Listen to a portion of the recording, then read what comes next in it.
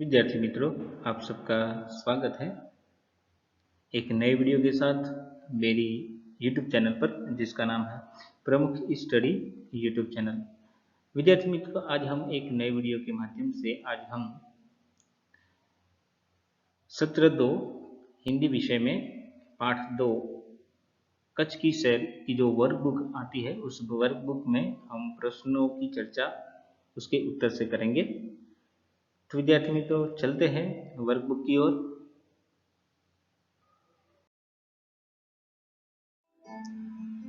विद्यार्थी मित्रों, पाठ 2 कच्छ की सैर, उसके लेखक है हरेश ढोलकिया।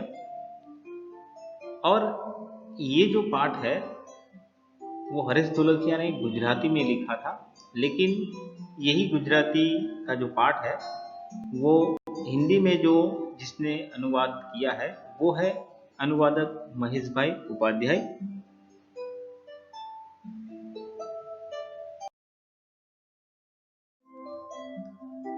वर्कबुक का पहला प्रश्न है, निम्नलिखित रिक्त स्थानों की पूर्ति कीजिए। पहली खाली जगह है, गुजरात में एक विशेष प्रांत है।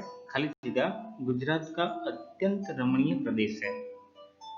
जवाब है कच्छ। नंबर 2, कच्छ का खाली जगह महत्व भी कम नहीं है। जवाब है पौराणिक। नंबर 3, हमें प्राचीनतम खाली जगह के दर्शन होते हैं।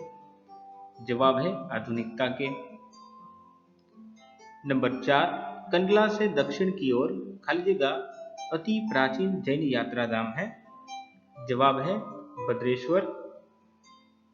नंबर 5, गुरु नानक की चरणों से भूमि खाली जगह है लखपत।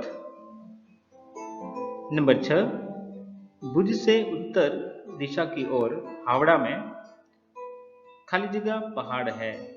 जवाब है काला डूंगर।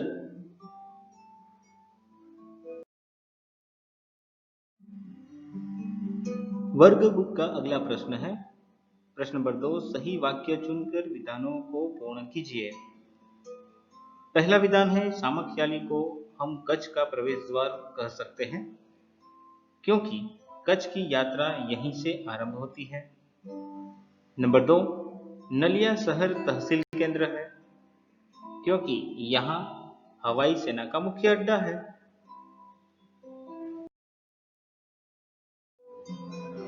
वर्कबुक का अगला प्रश्न है, प्रश्न नंबर 3, निम्नलिखित प्रश्नों के उत्तर एक वाक्य में लिखिए। पहला प्रश्न है, कच्छ में प्रवेश करते ही हमें किसके दो स्वरूप देखने को मिलते हैं? उसका सही जवाब है रेगिस्तान के दो स्वरूप देखने के लिए मिलते हैं।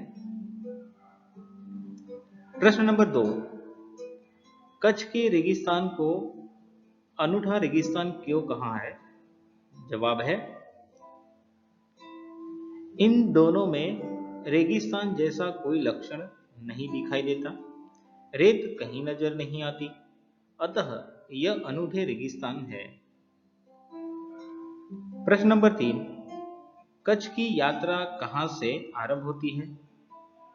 जवाब है कच्छ की यात्रा सामखियाली से आरंभ होती है। चौथा प्रश्न, काला डूंगर पहाड़ कहां है? जवाब है काला डूंगर भुज की उत्तर दिशा खावड़ा में आया हुआ है। पांचवा प्रश्न, कच्छ की यात्रा कहां पूर्ण होती है? जवाब है कच्छ की यात्रा सूरजबारी नामक स्थान से पूर्ण होती है। छठा प्रश्न, जेसर तोरल की स्मृति में मंदिर कहां बनाया गया है? जवाब है जेसर तोरल की स्मृति मंदिर अंजार में आया हुआ है।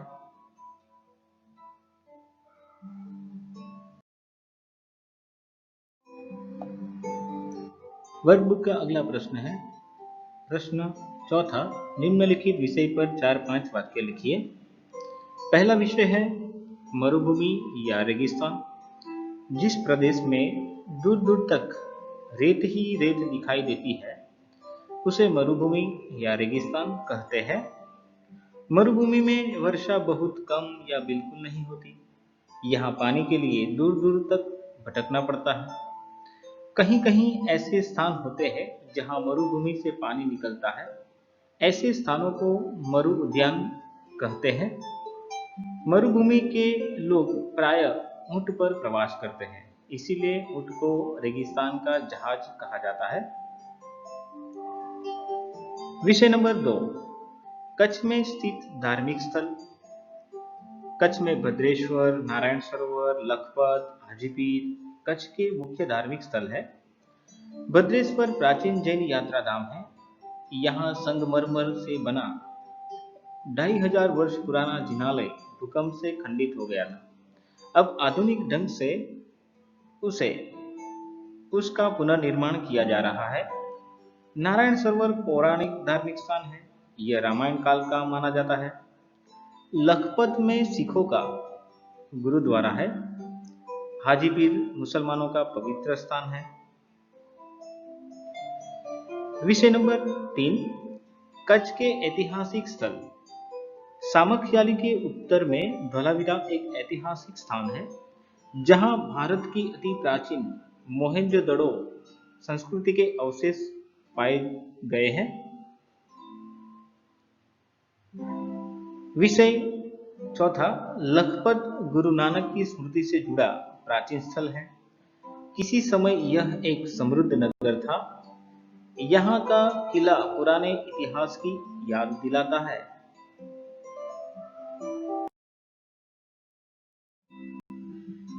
वर्कबुक का अगला प्रश्न है प्रश्न नंबर 5, निम्नलिखित शब्दों के समानार्थी शब्द लिखिए। विद्यार्थी मित्रों, यहाँ पे पहला शब्द है माहौल, तो उसका समानार्थी शब्द बनेगा आसपास या वातावरण। दूसरा समानार्थी शब्द है मजार, तो उसका समानार्थी शब्द बनेगा दरगाह। तीसरा है अनूठा, तो उसका समानार्थी शब्द है अनोखा। चौथा शब्द है स्मृति, तो उसका समानार्थी शब्द है स्मरण। पांचवा शब्द है रेगिस्तान, तो उसका समानार्थी शब्द बनेगा रेतीला प्रदेश। छठा शब्द है विख्यात, तो उस शब्द का समानार्थी बनेगा प्रसिद्ध।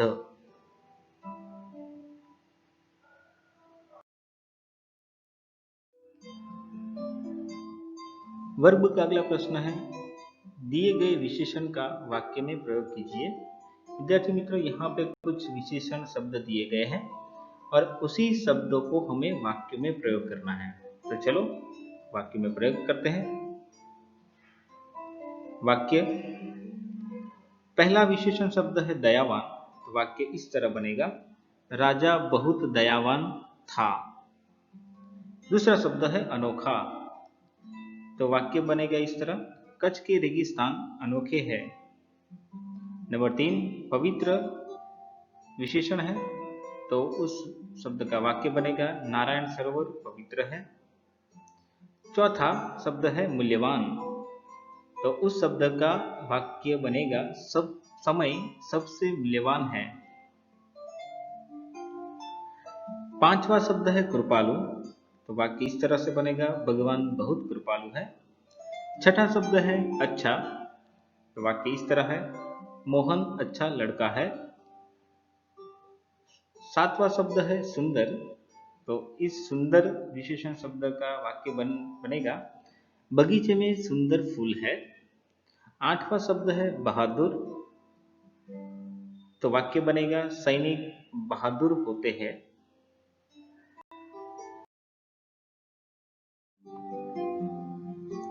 वर्कबुक का अगला प्रश्न है प्रश्न नंबर 7, दिए गए शब्दों को शब्दकोशीय क्रम में लिखिए। प्रश्न, अभ्यास, विनय, संध्या, प्रगति, अभिवादन, महकना, संग्राम, शायर, हमदर्द, चिराग, ये जो सारे शब्द है बिना क्रम के हैं। हमें इन्हीं शब्दों को हमें क्रम में लिखना है। तो उसका जवाब इस तरह बनेगा, अभिवादन, अभ्यास, चिराग, प्रगति, महकना, विनय, शायर, संग्राम, संध्या, हमदर्द, इस तरह से शब्दों को हमने शब्दकोशीय क्रम के अनुसार लिखे हैं। आप भी जरूर मेहनत करिएगा ऐसे शब्दकोशीय क्रम में लिखने की।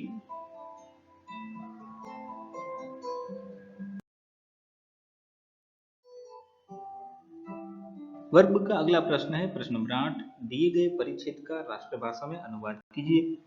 विद्यार्थी मित्रों, यहाँ पे गुजराती का एक पैराग्राफ आपको दिया है, उसी पैराग्राफ को पढ़कर आपको हमारी राष्ट्रभाषा यानी कि हिंदी में उसका अनुवाद करना है। तो यहाँ पे मैं गुजराती पैराग्राफ पढ़ लेता हूँ, बाद में हम उसका हिंदी में अनुवाद करेंगे। तो गुजराती का पैराग्राफ कुछ इस प्रकार है। हिरण नदीनी पश्चिम बाजुए સૂરજ દાદા વિદાય લઈ રહ્યા હતા. સંધ્યા ટાણે પંખીઓના ટોળા પોતાના માળા ભાણી ઉડી રહ્યા હતા. ભેંસોનું ખાડું અને ગાયોના ધણ પોતાના માલિકના ઘર ભણી વળી રહ્યા હતા. ત્યારે ઝરમર ઝરમર વરસાદની શરૂઆત થઈ. સૌ ગરમીની પીડામાંથી મુક્તિનો આનંદ લઈ રહ્યા હતા. માત્ર માનવ જ નહીં, પશુ પક્ષી અને જીવજંતુઓ પણ શાંતિ અનુભવવા લાગ્યા. तो विद्यार्थी मित्रों, अब हम हमारी राष्ट्रभाषा में इसी पैराग्राफ को हिंदी में अनुवाद करते हैं। तो कुछ इस प्रकार बनेगा अनुवाद। राष्ट्रभाषा में अनुवाद। हिरण नदी की पश्चिम की तरफ सूरज दादा विदा ले रहे थे। संध्या के समय पक्षियों की टोलियां अपने घोंसले की ओर उड़ रही थी। भैंसों का झुंड और गायों का समूह अपने मालिक के घर की तरफ लौट रहा था।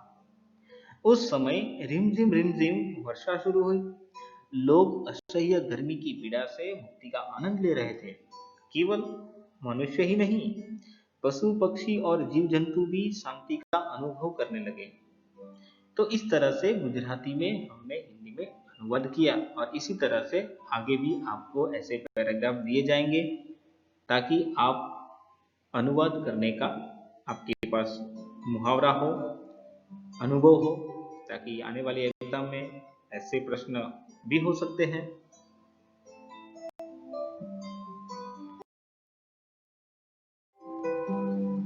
वर्कबुक का अगला प्रश्न है प्रश्न नंबर 9, दिए गए शब्द मिले ऐसी पहेलियों का निर्माण कीजिए। विद्यार्थी मित्रों, पहेलियों का मतलब है पजल। तो पहली पहेली है हमारे सामने, आकाश में रहता हूँ, रात भर चमकता हूँ, दिन में छिप जाता हूँ, सूर्यास्त होने के बाद फिर निकल आता हूँ, चम चम चम चम चमकता हूँ, रहता हूँ मौन, प्यारे बच्चों बतलाओ मैं हूँ कौन। तो इस पहेली का जवाब है सितारा। पहेली नंबर 2, गणपति जैसा मुंह है मेरा, काया खूब विशाल, सबसे बड़ा जनावर हूं मैं, मस्त है मेरी चाल। तो विद्यार्थी मित्रों, सोचो सोचो इस पहेली का जवाब क्या हो सकता है। तो जवाब ये है हाथी। तीसरी पहेली है, मेरे रहने पर अंधेरे की नहीं चल पाती, मेरे दो साथी तेल और बाती। तो विद्यार्थी मित्रों, इस पहेली का जवाब है चिराग। चौथी हमारी पहेली है, ज्ञान का मंदिर हूं, सरस्वती का घर हूं, आओगे यदि मेरे पास, पाओगे विद्या का प्रकाश। तो विद्यार्थी मित्रों, इस पहेली का सही जवाब है पाठशाला। तो इस तरह से हमने पहेलियां का निर्माण करके देखा। आप भी अलग अलग पहेलियां बना सकते हो खुद की।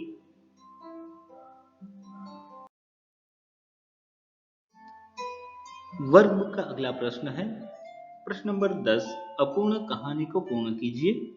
विद्यार्थी मित्रों, आपको कहानी तो अच्छी ही लगती होगी, तो चलो मैं आपको एक कहानी सुनाता हूं, पर लेकिन इस कहानी से आपको कुछ सीखना है, तो जरूर सीखिएगा। तो चलो कहानी सुनते हैं। एक गांव था।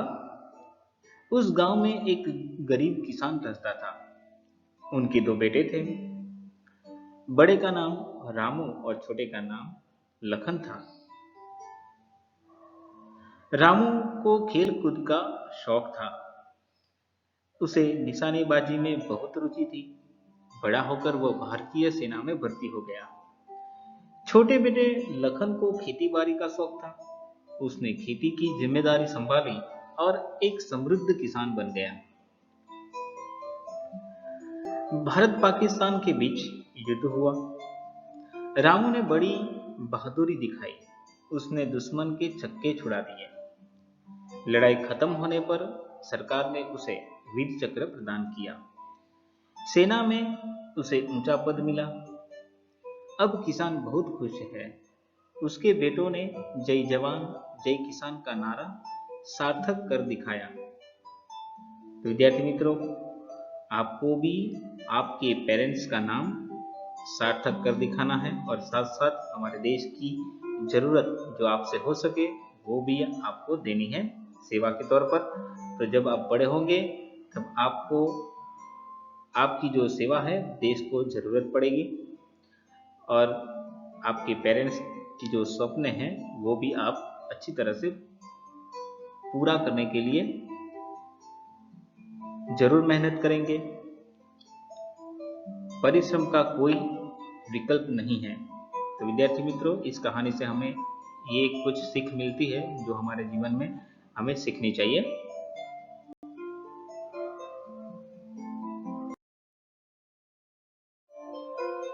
हेलो विद्यार्थी मित्रों,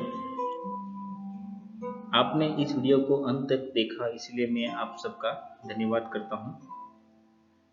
विद्यार्थी मित्रों, जो ये वीडियो अच्छा लगा है तो आप जरूर इसे लाइक करना ना भूलें और इस वीडियो को आपके दोस्तों के साथ शेयर करना भी ना भूलिएगा। और अभी तक आपने हमारे चैनल को सब्सक्राइब नहीं किया है तो प्लीज़ कृपया करके इस चैनल को यानी कि प्रमुख स्टडी यूट्यूब चैनल को आप अभी इसी वक्त सब्सक्राइब कर दीजिएगा ताकि नए नए वीडियो आपको मिलते रहे। विद्यार्थी मित्रों, जब तक हम नए वीडियो लेके नहीं आते हैं तब तक मैं आप सबको मेरी तरफ से नमस्कार, जय स्वामीनारायण।